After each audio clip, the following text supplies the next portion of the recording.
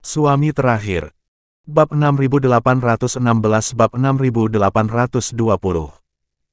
Bab 6816. Saya tidak percaya seberapa mampu Sekte Tianli Anda. Setelah berteriak dengan marah, beberapa master sekte segera menyerbu dan bergegas menuju istana. Dalam benak para master sekte ini, meskipun Bronwyn sangat kuat, hanya ada beberapa lusin anggota Sekte Tianli. Dengan begitu banyak sekte yang hadir, bagaimana mereka bisa diintimidasi? Kamu mencari kematian. Melihat pemandangan ini, wajah Bronwyn tiba-tiba menjadi dingin, dan kemudian seluruh tubuhnya meledak dengan kekuatan, dan dia berlari keluar seperti bola meriam, mencegat beberapa orang. Bam, bam, bam. Dalam waktu kurang dari 2 detik, beberapa suara teredam terdengar. Beberapa master sekte dikejutkan oleh Bronwyn, masing-masing tampak pucat dan lemah. Sial. Setelah terguncang, beberapa orang menatap Bronwyn dari dekat, dengan keterkejutan yang dalam di mata mereka. Pemimpin Sekte Tianli ini layak untuk bisa melawan Dax, dan kekuatannya memang kuat. Detik berikutnya, salah satu master maju selangkah, menunjuk ke Bronwyn dengan tidak percaya dan berteriak. Kamu Sekte Tianli, jika kamu ingin memonopoli harta di sini, kamu membuat musuh seluruh sungai dan danau 9 daratan. Kamu seharusnya bisa berpikir jernih. Begitu banyak omong kosong. Bronwyn mengatakan sesuatu dengan dingin, dan sosoknya tiba-tiba meledak, bergegas menuju ahli ini seperti hantu, mengangkat tangannya dan menepuk jantungnya. Bam! Telapak tangannya begitu cepat dan keras sehingga dia tidak bisa bereaksi sama sekali, dan dipukul dengan keras. Saat itu, dia berteriak, dan seluruh tubuhnya dikirim terbang. Setelah hujan darah tumpah di udara, dia akhirnya mendarat di sisi lain alun-alun. Saat dia mendarat, mereka melihat bahwa dia berlumuran darah dan telah meninggal. Hal-hal di luar kendali mereka. Wajah Bronwyn penuh kesombongan, dia melihat sekeliling, dan berkata dengan dingin. Siapapun yang ingin merebut harta itu, berdiri saja. Aku akan memberinya. Nada suaranya dingin dan tak terbantahkan. Tapi saat dia berbicara, Bronwyn mau tidak mau melirik Chester dan Dax. Omong-omong, di antara sekte yang hadir, Bronwyn paling takut pada Dax dan Chester. Selama mereka tidak bertindak, sekte lain tidak perlu takut. Pada saat ini, melihat Bronwyn membunuh seorang master dengan enteng, semua orang yang hadir terkejut. Hanya dengan satu gerakan, dia membunuh seorang master. Pemimpin Sekte Tianli ini tidak hanya kuat, tetapi juga kejam. Dalam keterkejutan, kemarahan di hati para master dari berbagai sekte benar-benar tersulut saat ini. Sial, Sekte Tianli begitu sombong dan mendominasi.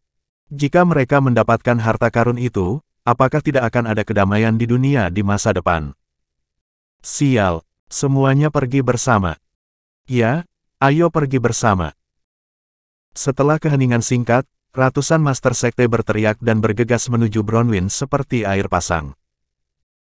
Ratusan master meletus bersama, dan udara di sekitarnya tiba-tiba terdistorsi, dan kekuatannya mencengangkan.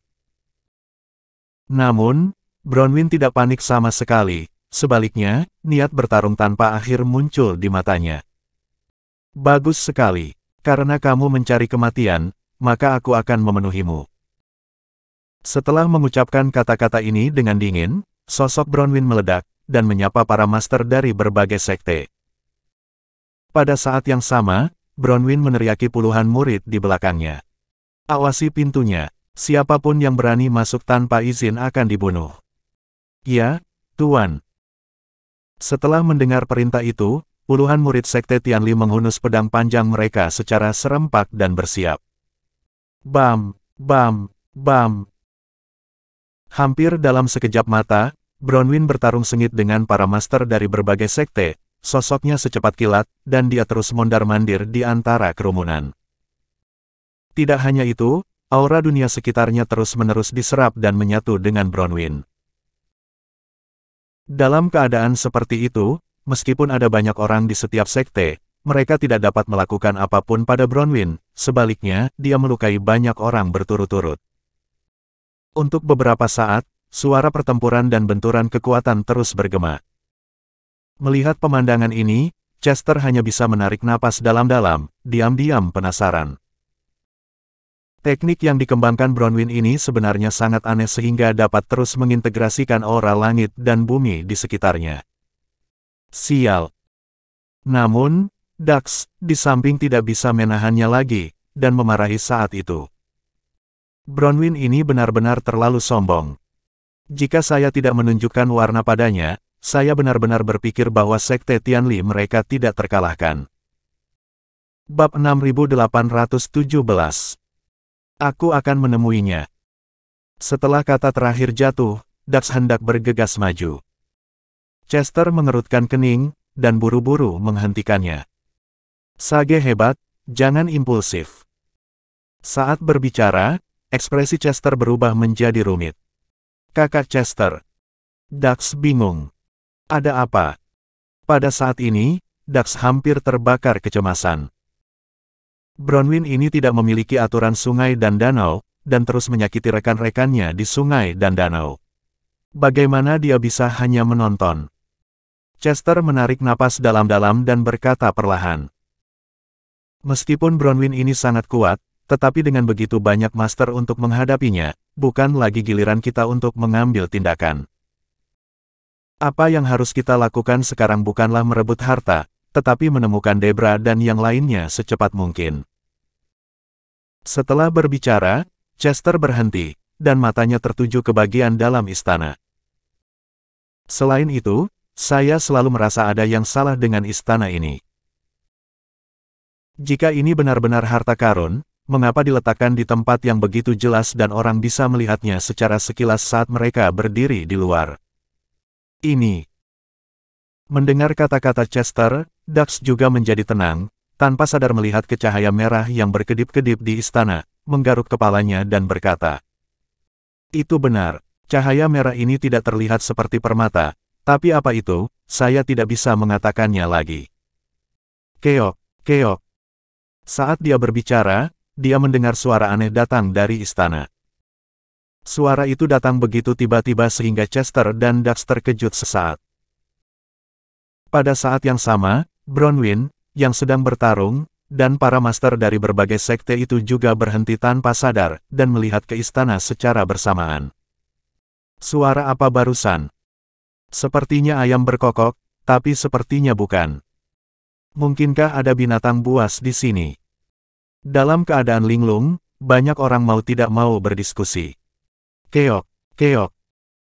Pada saat ini, suara aneh itu terdengar lagi, dan kali ini suaranya jauh lebih keras. Dalam sekejap, semua orang yang hadir merasa tegang. Detik berikutnya, seseorang memperhatikan sesuatu dan berteriak. Bergerak, cahaya merah bergerak. Mendengar ini, semua orang melihat dengan hati-hati, dan mereka melihat cahaya merah yang menjulang di dalam, perlahan bergerak keluar.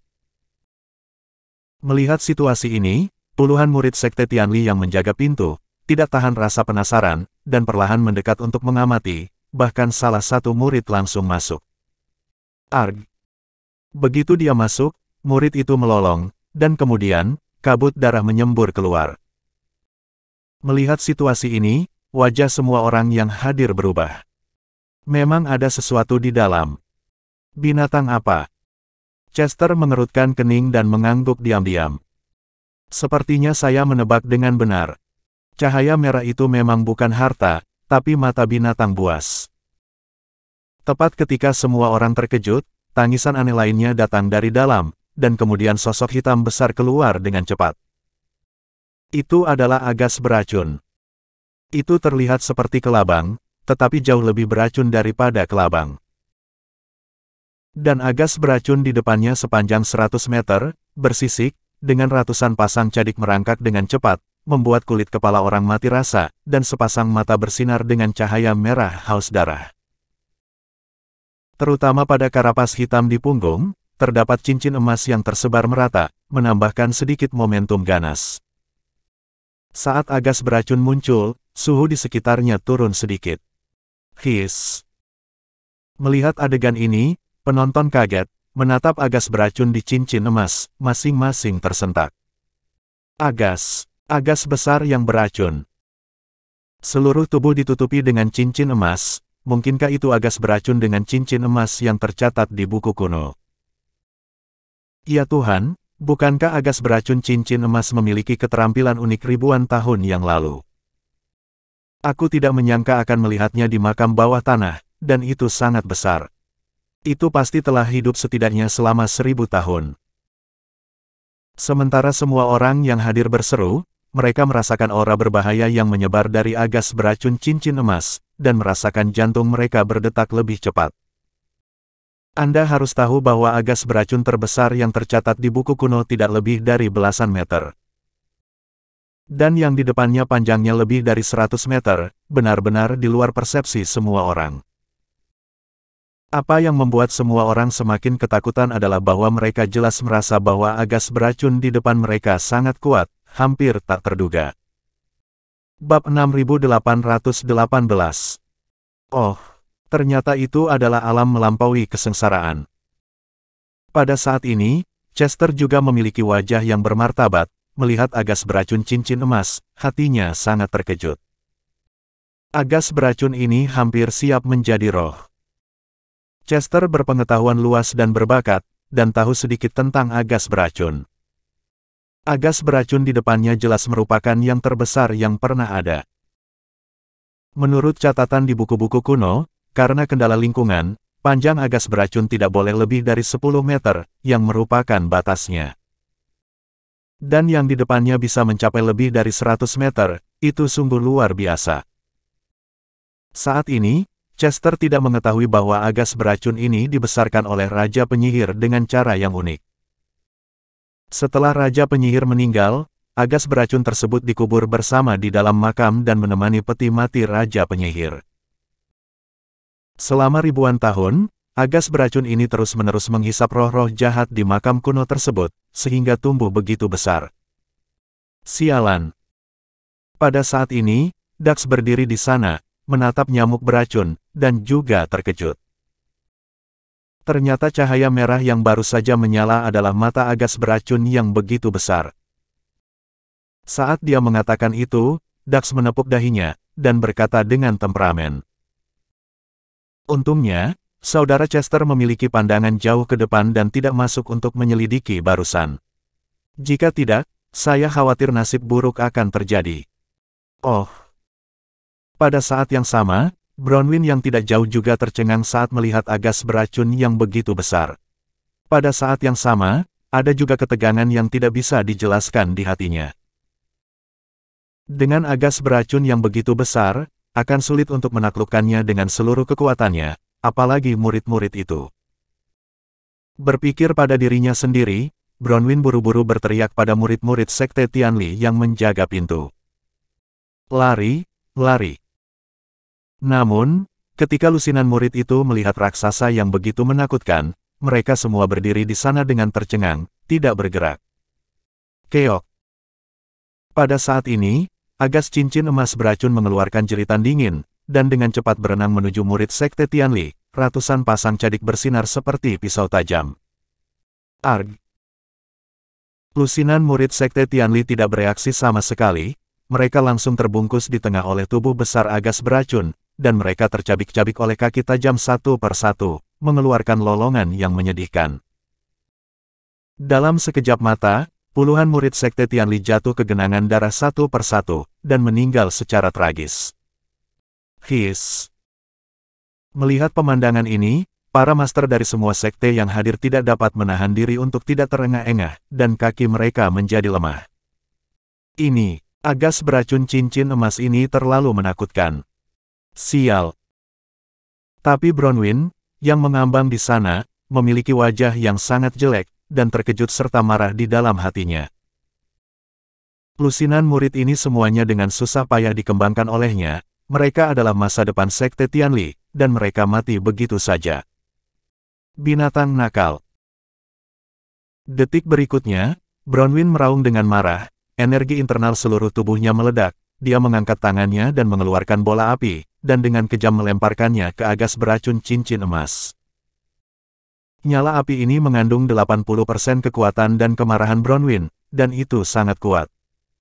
Bam! Dalam sekejap mata, nyala api menghantam punggung Agas cincin emas dengan keras, hanya terdengar raungan, lalu nyala api padam, dan tidak ada jejak yang tersisa di karapas keras Agas cincin emas. Jelas, nyala api tidak menyebabkan kerusakan apapun. Sialan, binatang ini memiliki pertahanan yang kuat. Bronwyn terkejut. Apa? Pada saat yang sama, semua Master Sekte yang hadir berseru. Pertahanan ini terlalu kuat. Pertahanannya sangat kuat, dan binatang itu tidak lebih dari itu. Saat semua orang berseru, Agas beracun cincin emas berdecak, dan dengan cepat mengunci matanya pada Bronwyn, jelas marah dengan serangannya barusan. Detik berikutnya, Agas beracun cincin emas melengkungkan tubuhnya dan bergegas menuju Bronwyn. Ayo, binatang buas. Melihat Agas beracun cincin emas bergegas ke arahnya, Bronwyn melolong dengan gila, sosoknya meledak, dan langsung pergi menemuinya. Dalam sekejap mata, kedua belah pihak bertarung dengan sengit bersama. Kekuatan Bronwyn bagus, tetapi pertahanan Agas beracun cincin emas terlalu kuat. Kedua belah pihak bertarung sengit selama lebih dari selusin ronde. Bam! Akhirnya, Agas beracun cincin emas menemukan kesempatan, dan tiba-tiba menarik ekornya yang panjang ke tubuh Bronwyn. Mereka mendengar Bronwyn mengerang, dan langsung terbang keluar. Puff! Setelah mendarat, wajah Bronwyn menjadi pucat, dan seteguk darah menyembur keluar. Bab 6819. Mereka melihat beberapa luka di tubuh Bronwyn mengeluarkan darah tanpa henti. Ternyata saat dia dikirim terbang tadi, dia juga dipotong oleh kaki tajam Agas beracun cincin emas. Melihat pemandangan ini, semua orang diam-diam terkejut, tapi tidak ada yang bersimpati dengan Bronwyn. Orang ini sombong dan mendominasi, dan dia pantas menerima takdirnya. Keok. Setelah melukai Bronwyn dengan parah, keganasan Agas beracun cincin emas juga terangsang sepenuhnya. Pada saat ini, ia mengeluarkan desisan, memutar tubuhnya yang besar, dan menyerang kerumunan master dari berbagai sekte. Dia membuka mulutnya lebar-lebar, dan menyemprotkan racun. Racun itu membentuk kabut beracun, dalam sekejap, menutupi banyak orang. Arg! Dalam sekejap, banyak master menghirup kabut beracun, menjerit, dan membusuk dengan cepat, dan akhirnya berubah menjadi genangan darah. Melihat situasi ini, yang lain berani tinggal, dan langsung kabur dengan panik. Lari! Lari! Namun, tidak peduli seberapa cepat mereka tetap tidak bisa lepas dari kejaran Agas beracun cincin emas. Dalam sekejap mata, puluhan master meninggal secara tragis. Sial, beraninya kamu menyakiti orang. Melihat situasi ini, Dax berteriak keras, memegang kapak pemecah langit dengan erat, terbang, dan langsung menuju Agas beracun cincin emas.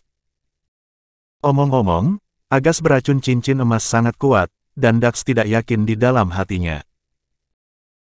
Namun, dia juga tahu di dalam hatinya bahwa di antara semua orang yang hadir, hanya kapak pemecah langitnya sendiri yang memiliki kesempatan untuk mematahkan karapas Agas beracun.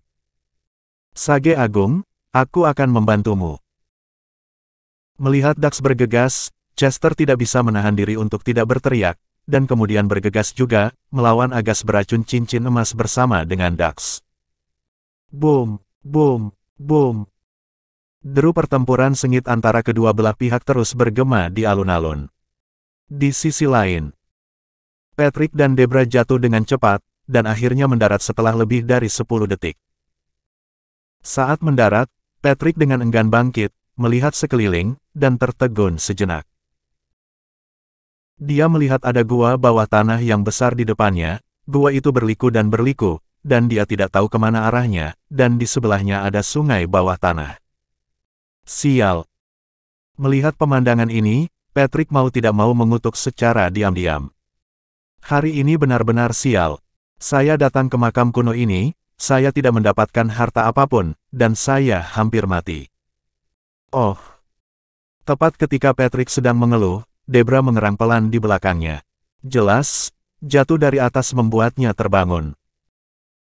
Mendengar erangan lembut ini, Patrick merasa tulangnya akan hancur, dan segera menoleh untuk melihat ke arah Debra sambil tersenyum. Apakah kamu sudah bangun? Sambil berbicara, Patrick mau tidak mau melihat Debra dari atas ke bawah. Saya harus mengatakan bahwa Debra ini benar-benar berkualitas tinggi, terutama ketika dia meringkuk saat ini, itu sangat mempesona. Merasakan tatapan Patrick, Debra diam-diam mengerutkan kening. Murid gerbang Elysium ini benar-benar tidak memiliki aturan sedikit pun untuk menatapku seperti ini, dan sorot matanya begitu buruk. Meskipun hatinya tidak bahagia, Debra tidak marah, tetapi bertanya dengan ringan. Di mana kita? Saat ini, Debra berpikir bahwa Patrick di depannya adalah murid gerbang Elysium. Hehehe. Mendengar pertanyaan itu, Patrick tersenyum jahat, dan memandangnya dengan tidak hati-hati. Tidak masalah di mana ini. Yang penting hanya ada kita berdua di sini. Katakan padaku, haruskah kita melakukan sesuatu? Setelah kata-kata itu jatuh, Patrick perlahan mendekat, ekspresinya menjadi semakin buruk. Dia telah melarikan diri untuk hidupnya sebelumnya, dan Patrick tidak tega memikirkan hal lain, tetapi di gua bawah tanah ini, tanpa seorang pun di sekitarnya, dia menjadi lebih berani. Melihat apa yang dia katakan, wajah cantik Debra berubah, dan dia tiba-tiba menyadari sesuatu. Kamu, apakah kamu bukan murid gerbang Elysium? Hahaha. Patrick tertawa, mengangguk dan berkata, saya memang bukan murid gerbang Elysium. Saya mengatakan itu sebelumnya hanya untuk menakut-nakuti orang-orang dari Sekte Tianli. Nama saya Patrick, dan saya anggota gerbang 3 elemen. Omong-omong, kita masih tetangga. Debra, aku selalu sangat terpesona olehmu. Sayang sekali kamu mengikuti Daryl saat itu. Tapi sekarang Tuhan telah memberiku kesempatan yang bagus, itu menunjukkan bahwa kita masih ditakdirkan. Jadilah wanitaku, aku akan melindungimu selamanya. Setelah kata terakhir jatuh, Patrick bergegas dan memeluk Debra. Bab 6820. Pergi kamu. Debra cemas dan marah, dan berjuang dengan lembut, tetapi tubuhnya menjadi lemas sesaat, dan dia tidak bisa mengerahkan kekuatan apapun. Untuk sesaat, Debra putus asa. Apakah ini takdir hidupku? Saya hampir ditangkap oleh Brenton sebelumnya, dan saya berhasil melarikan diri, tetapi sekarang saya bertemu penjahat ini lagi. Omelan Debra membuat Patrick semakin bersemangat. Debra, menyerahlah. Tidak ada seorang pun di sini yang akan menyelamatkanmu. Apa salahnya menjadi wanitaku?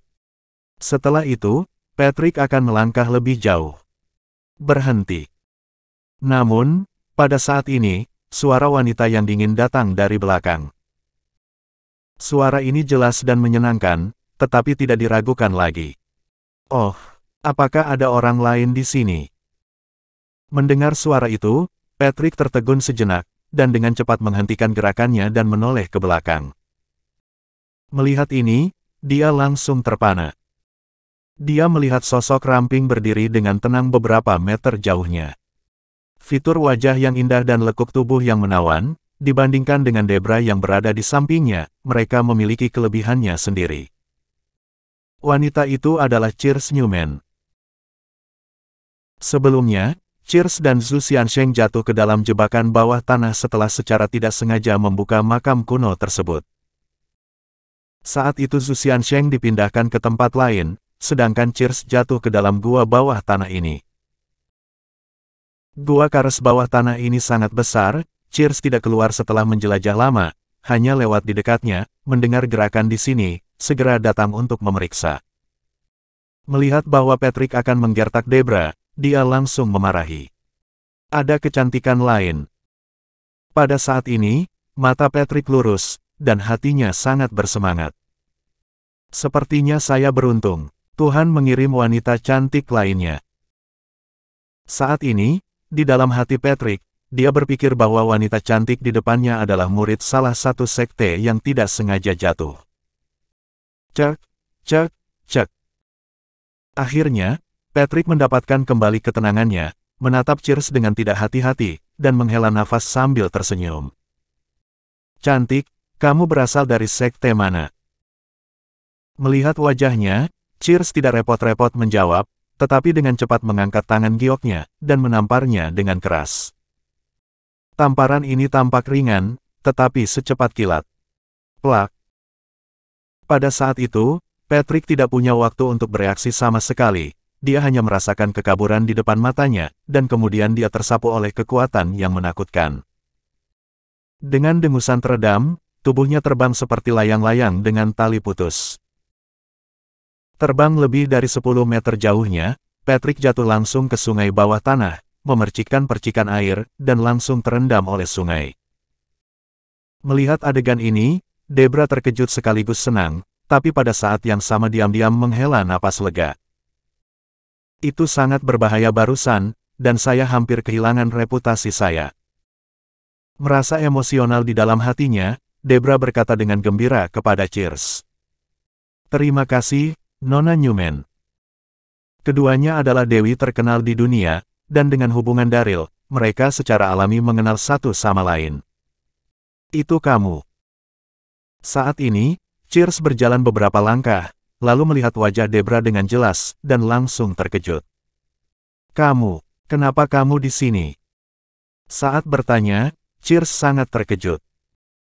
Dalam kesannya, Debra bukan hanya dewi sungai dan danau, tetapi juga sangat kuat.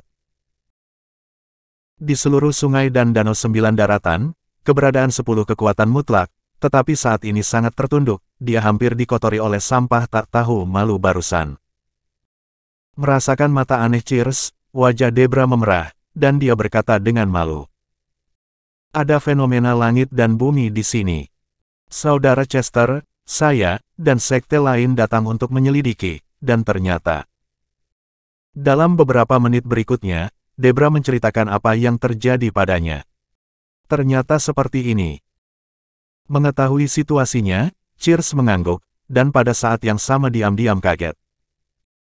Saat itu, adik laki-laki yang lebih muda baru saja menghancurkan bola merah, yang sebenarnya menyebabkan penglihatan langit dan bumi. Dari sini terlihat bahwa memang ada dunia lain di makam kuno ini dan harta karun tiada taraf. Benar. Tepat ketika Cheers sedang berpikir, Debra mau tidak mau bertanya. Nona Cheers, mengapa kamu ada di sini? Ketika dia bertanya, mata Debra penuh dengan keraguan. Setelah keluarga Newman dihancurkan, Cheers menghilang. Pada saat itu, Debra dan Chester mengira dia sudah mati.